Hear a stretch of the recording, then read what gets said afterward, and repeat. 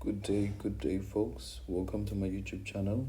Today we're doing the 2024 cluster paper, the Metro Northeast in the Western Cape Province. It's the 2024 trial. It's paper one.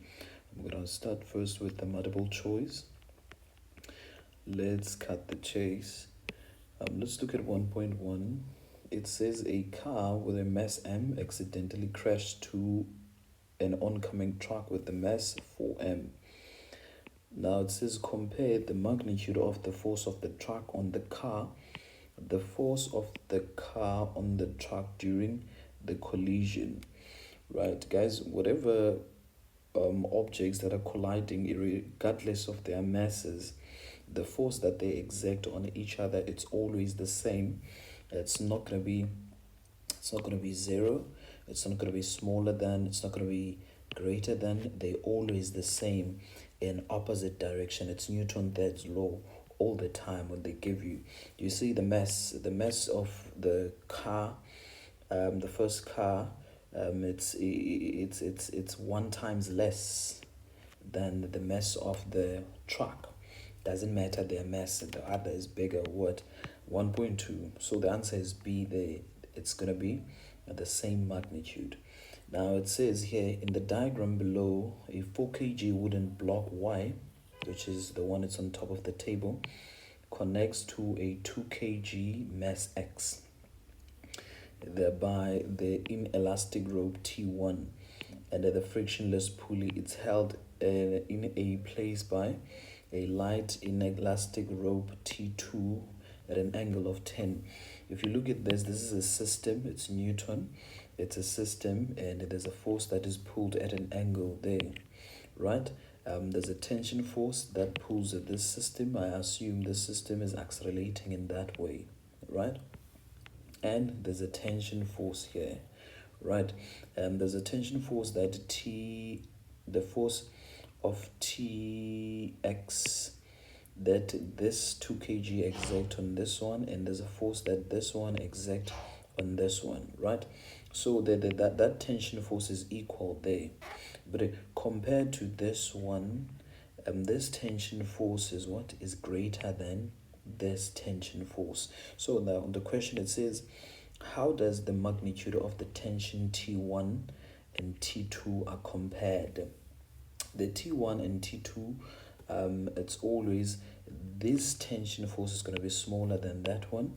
They're not going to be equal. The T1 is not going to be less than the T2, and they not add up to zero. T1 is lesser than T2 all the time, right? 1.3, it's a vertical projectile. It says which one of the following graph represents the graph of gravitational acceleration versus time for a stone that is projected vertical upwards and falls back. So if a stone is projected vertically upwards and falls back, and the acceleration is the same and the direction of the acceleration is the same, so let's eliminate in one of the graphs.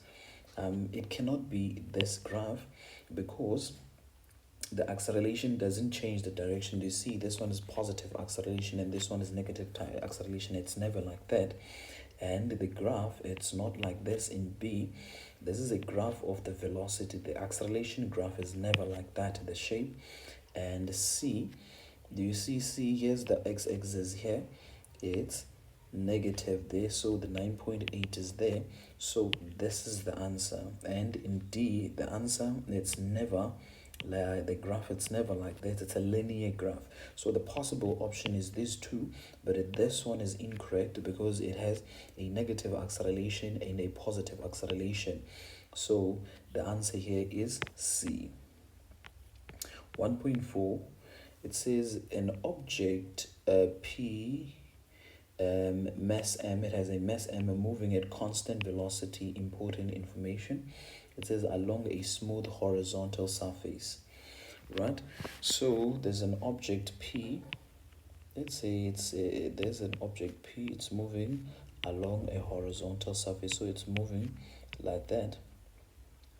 So it has that velocity that it's moving. It's going to be an initial velocity. It's moving in that direction. And then when an object P, let's say it's in this direction. Now it says an object Q, this is object P, is dropped on object P and stays there. Which one of the following represents the velocity? So the initial velocity of this one, it was V. This is object P, and then there's an object Q that is dropped on top of this one, right? So whatever velocity it was, this one, right? It says now which one of the following represents the velocity combination. The velocity combination of this, it cannot be zero. It cannot be the same velocity. So when this one is velocity, before it was V, and then now this is the object that is dropped that has a mass. Remember, the mass and the acceleration, they are what? They are inversely proportional. So the bigger the mass of this, the smaller the acceleration. That means the velocity will what? Will decrease. So surely the velocity will decrease. So it cannot be the same velocity, which is V. It cannot be doubled. Surely this one will slow the object P. So it's going to be half. So the answer there is what? Is B. The answer is B. Let's go to 1.4. I hope I make sense. That's momentum. That's a collision. Now it says, in the sketch below shows two identical spheres A and B on an insulated stand carrying the charges of magnitude Q and 2Q respectively. These ones. Right? It says the distance between the centers of the two objects are, the force between charge is F. So the force between them is what? Is F. And we have their charges and the distance is R.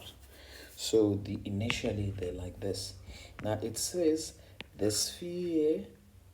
charge on the sphere B and the distance between the charge is what? Is halved. So the distance is halved, and on the sphere B, the charge is what? Is also halved. So what happened here? If you look here, the original force, you can do it in different ways. The original force here, it was you have 1, which is 1Q. Okay, let's say 1Q times 2Q divide by the distance, what? R squared. So there's K, so it's going to be 1 times 2 is going to be 2K Q, and Q, let's say this is QA, QB over R squared. So this is the what? Is the force. That means the initial force, it was 2F. This is going to be an F, represent F.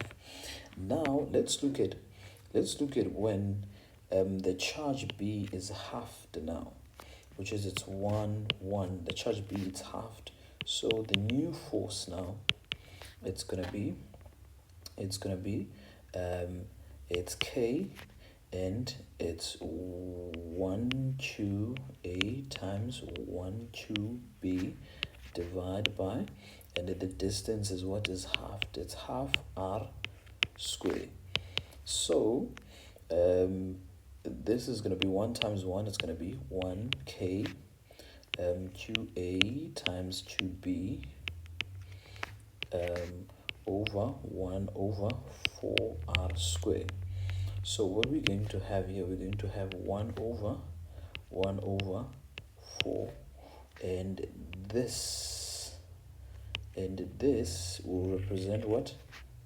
Will represent a force. That's a force. So 1 over 1 times 4 over 1, it's going to be 4. It's 4F, right? So from 2F, if you're looking from 2F now going to 4F, that means it has been what? It has been doubled. You get me?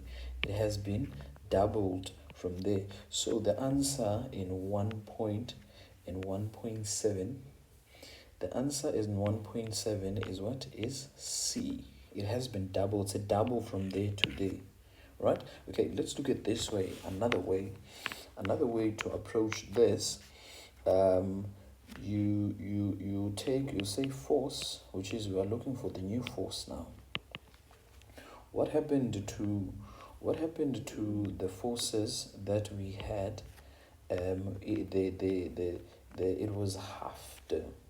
Not force, sorry. The charge, it was halved from 2 to 1. It was halved. So I'll just put the half there, right? And then we have 2A times 2B, and it is a K. And then what happened to the distance? The distance, it was what? Also halved. So it's gonna be 1 over 2. It's 1 over 2r squared. So which is gonna be 1 over 2 divided by 1 over 4. And then what's going to remain there? It's K QA QB over r squared. So it's 1 over 2 times by, and then we change this division into multiplication. So it's going to be 4 over 1. And then this is going to be f. So it's going to be 4 over 2 f, which is, it's what? 4 over 2, it's 2f. So the answer there, it's what? It's 2f, right? I hope that makes sense. 1.5, it says a block of weight W slides a constant speed. Very important, it slides its constant speed up an incline at an angle theta to the horizontal over the time interval t. The coefficient of the kinetic friction between the slope and the block is mu s. Now if you're looking at the object, initially it was going this way, right? And it has the weight, and if it has the weight, that means it has the components there. The components of the weight, we have the FG perpendicular, we have the FG parallel that is going down the slope in that. Now, and of course, we have a friction that way initially. Now it says the normal acting on the block N and the frictional force between the block and the block and the plane is F. Now it says what is the power required to move up? Now it was moving down. Now to move up the slope in this manner. So to move it up, you require a force in this direction, the force applied, and you have a friction in that direction, and the FG parallel will always go down the slope, right? So, and we are told that this is moving at constant speed. So that means our acceleration is 0 and our F net is equal to 0. Now, the power that is requiring that over the time interval, the formula will be power is equal to W over change in T. That's the formula of the power. So the option here is D, because that's the formula for the power. Or the second option here, from the formula that says a power average is equal to force times constant speed. It's moving at constant speed, but we have to find the F, the force that is moving that. So the F, we'll find it by the F net is equal to 0, which is the F net is the force applied that is moving up. We choose up as positive, and minus the FG parallel minus the kinetic frictional force equal to 0. So if we take this to this side, we're going to have F, the force applied, is equal to FG parallel plus the kinetic frictional force, and the FG parallel is mg sine theta, and the frictional force is mu k times the normal force, but the normal force of an incline, the normal force is equal to Fg perpendicular. So it's going to be mg cos theta. So the force, the mg is W sine theta plus mu k W. It's going to be mu k. It's going to be W, the mg is W cos theta. Do you see this? The force, this is the force there. So when we substitute this, the force in this equation, it's going to be, there will be a V that times that. I hope I make sense. This stands for the F, so it's going to be W sine theta plus mu k W cos theta. That's F times by the V, which is this option. So there are two answers for this multiple choice acceptable. It's D and C. Now let's look at guys. I think copying these questions, I've copied them in the wrong order. I have the 1.7 there, which is not supposed to be there. It says an airplane flies at night using a radar system to navigate. It transmitted the signal with a frequency HF. So if it transmits the signal with a frequency of HF, that means that this is the frequency of the source, right? It transmits, that means it's taking out the signal, it emits the wave. Now it says an airplane moves between the high cliffs. And the signal picked up by the radio system is F. So this is the frequency of the what? Of the listener, right? Now it says choose the correct statement regarding the sound of the plane picks up. Choose the correct statement regarding the sound that the airplane picks up. Right, so the airplane, the radar, it picks up the sound. Now it says the radar is the listener. So the radar picks up this is the frequency plus 20. So the frequency plus 20, this is the frequency plus 20. That means it's towards, right? Now it says now the pitch of this, the sound pitch increases as the airplane moves towards. Right, moves the pitch increases as the plane moves towards the cliff, right? I think this answer is correct because we are given the note here that this is the frequency plus, that means it goes towards. So the pitch, when we talk about the pitch, we're talking about the frequency. Pitch is directly related to the frequency. So as you move towards, the frequency increases. That means the pitch increases as it moves towards. Now it says the pitch remains the same as the aeroplane moves towards. No, as it moves towards, it can't remain the same. The pitch, it decreases as the aeroplane moves away from the cliff. And also incorrect. Now the pitch decreases as the aeroplane moves towards the cliff. That's wrong, right? So the correct answer here is what is A there. It increases the pitch as it moves towards the cliff, because we're given that's a plus there. The plus means it's moving towards, so the pitch is going to move, is going to increase as it moves towards. I hope I make sense there. 1.8, it says the current versus potential difference graph below obtain for 4 resistors PQRST.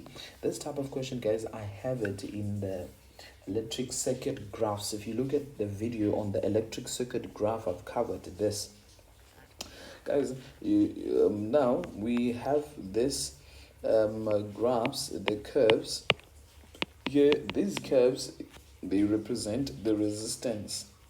So the resistance here, if you say change in Y over change in X, which is the Y is the current, change in current over change in V, that gives us 1 over R. So the gradient here is 1 over r, 1 over r, 1 over r, 1 over r. All right, from that, guys, it's I over change in v. Remember, the gradient, it's r if it's v over I, change in v over change in I, it's going to be r. But in this case, it's going to be 1 over r. That means it's an inverse. Now it says the resistor with the least resistance. Which resistor in these ones that has a least resistance there, which is the smaller resistance? The one with the smaller resistance here, guys, is P. So the resistance as you go this way, it increases. So this one, it has a highest resistance. This one, it has a lowest resistance, right? Okay, so the least, which is the lowest, is P. So P is what? Is D. So the answer there is D. 1.9, it says in the graph shown, the solid curve indicates how the EMF is produced by a simple generator varies with time. The broken curve indicates the output of the same generator after the change was made. So here we have the EMF that is induced originally, but now there was a change that was made in the generator. This is the EMF that is induced originally by the generator. Now there's a change that was made, so the output now, which is the EMF, has been increased. You must know what are the factors that increases the EMF, which is the voltage there. It says what change must be made to produce the results shown in the graph. Was the change made there? There was the area of the coil doubled? No, it's not one of the factors. Was the commutator added? No. The speed of the rotation of the coil, was it doubled? Yes. So if you double the speed of the rotation in the generator, it will double the what? The EMF as well. The number of turns were doubled? No, it's only the speed of rotation that has changed that. So the answer there is C. The last question, it says a blue light with a different intensity. When we talk about the intensity, we talk about the brightness. The brightness is incidented on photoelectric cell. The photoelectrons are emitted on the surface matter. So the photoelectric has occurred, but what is changed in this blue light is brightness, right? Now it says, which one of the following graph represents the correct relationship between the maximum kinetic energy and the photoelectrons and the intensity of brightness? So guys, I'm not gonna beat around the bush here. The relationship between the current, the intensity, which is the brightness, and the brightness and the kinetic energy, they have no relation. The one, if you increase the energy, if you increase the energy of the light, the kinetic energy will increase, but the brightness of light will remain the same, right? So if the kinetic energy is constant, the brightness will be constant as well. So there's no relationship between the two. They are not inversely proportional, they are not directly proportional, they are not, what is this? It's the increasing, it's a kind of directly proportional. It's the increase relationship. If the other increases, but as they you see now, they reach the threshold there. So that's not. So the answer here is going to be D. So when